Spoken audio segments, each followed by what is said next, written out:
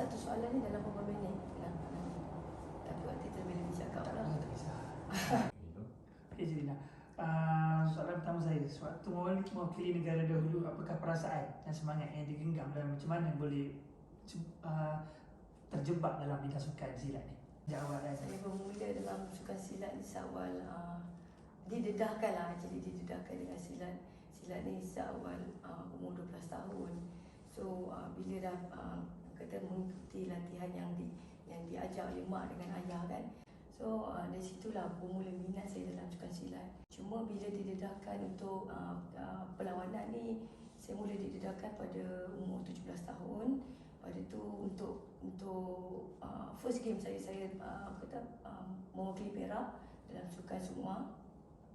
Itu adalah pencapaian terbaik saya pada masa itu ialah peringkat gangsa. Peringkat gangsa. So selepas seperti itu saya cuba di peringkat kebangsaan lah. Alhamdulillah saya bakat tu dapat digilap lah oleh jurulatih. Alhamdulillah saya dapat peringkat emas di kejuaraan silat kebangsaan secara automatik. Nama saya diserapkan dalam pasukan kebangsaan lah. So perasaan masa tu memang sangat-sangat excited lah. Ialah seawal umur 18 tahun dapat mewakili negara kan masa tu. So macam di samping ada perasaan yang teruja tu, kita ada juga rasa risau sebab kita memegang amanah yang diberi oleh negara untuk kita bawa nama negara ke peringkat yang lebih tinggi kan. Memang seronok nak explore satu benda yang baru lah, bercampur dengan pesilat-pesilat luar negara. Itu satu pengalaman yang sangat-sangat yang saya nantikan daripada awal dulu. Bila masa kecil, masa umur 15 tahun, bila saya tengok kakak-kakak abang bertanding, saya nak ikut serta. Cuma saya tak dibenarkan sebab umur tak cukup masa tu. So bila saya dapat peluang tu, memang itulah peluang yang saya ambil lah. Okey. Definisi seorang juara. Cik Lina. Cik Lina pernah memenangi peringkat emas dan telah memenangi banyak kejohanan dan menjadi seorang juara. Jadi bagi Cik Lina sendiri, apakah definisi seorang juara itu dan kriteria untuk menjadi seorang juara? Okey, bagi saya definisi juara tu bukanlah sekadar kita menyertai mana-mana perlawanan, kita naik podium, kita menang. Bagi saya istilah juara tu sendiri ialah bila kita dapat apply segala tunjuk ajar yang diberikan oleh jurulatih sepanjang latihan, tak kisah dari segi latihan, disiplin diri, kawalan emosi, semua bila kita dapat terapkan dalam kehidupan kita yang sebenar, itu adalah definisi juara pada saya. Okey, masih jadi. So, perbezaan perjuangan atlet dahulu dengan atlet sekarang. Okey, Cik Lina dulu, zaman Cik Lina dulu tahun 90-an dengan tahun 2000 lah kan. Maknanya sekarang ni kita dah tahun 2023. Jadi mungkin semangat dan cara perjuangan atlet dahulu dengan atlet sekarang tu mungkin banyak perbezaan. Jadi apa yang Cik Lina rasa perbezaan antara atlet dahulu dan atlet sekarang? Dari segi masa tu pun memang saya tengok memang satu jangka yang panjang kan. So mesti ada perubahan zaman dulu dengan zaman sekarang. Dari segi latihan pun yang saya nampak lah memang sangat berbeza lah. Masa zaman saya dulu kita nak melawat dengan coach, kita takut kan. Nama istilah kita nak main phone tepi gelanggang, kita takut. Sebab apa? Bila once kita dapat arahan untuk training, kita kena training. Kita tak boleh nak ada benda-benda yang hengki-pengki kan dalam ni. Selepas training, kita boleh berkawan dengan coach.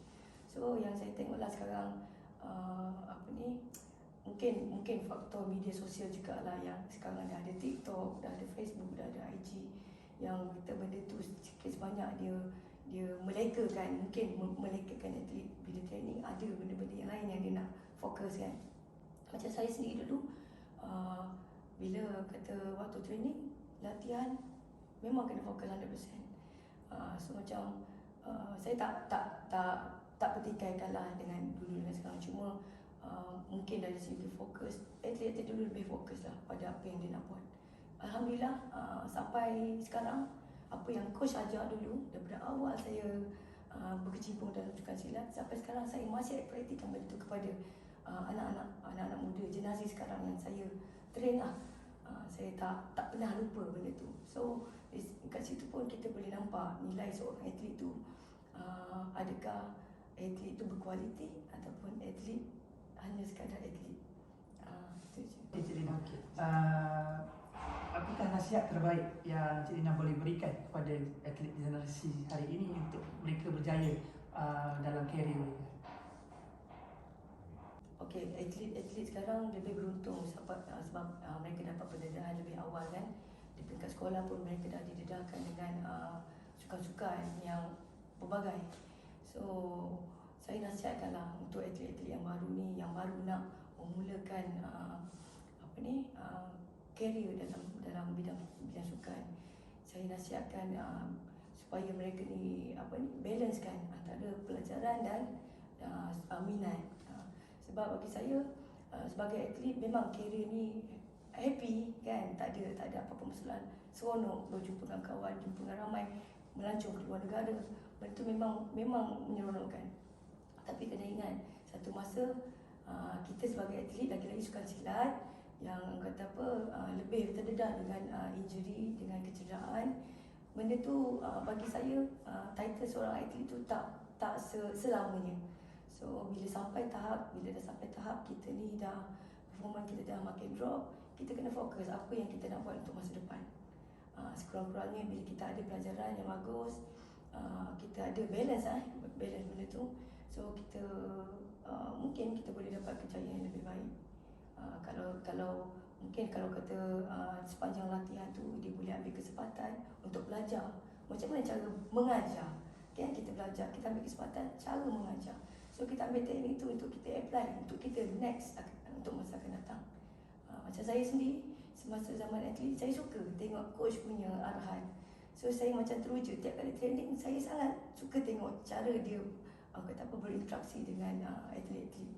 So secara tak langsung saya belajar macam mana kita nak tackle budak-budak, macam mana kita nak sampaikan ilmu kepada budak-budak supaya benda tu lebih berkualiti, budak-budak tak bosan untuk ni kan. So saya sarankan di samping karier kita sebagai atlet, kita kena fikir juga selepas atlet apa kita nak jadi.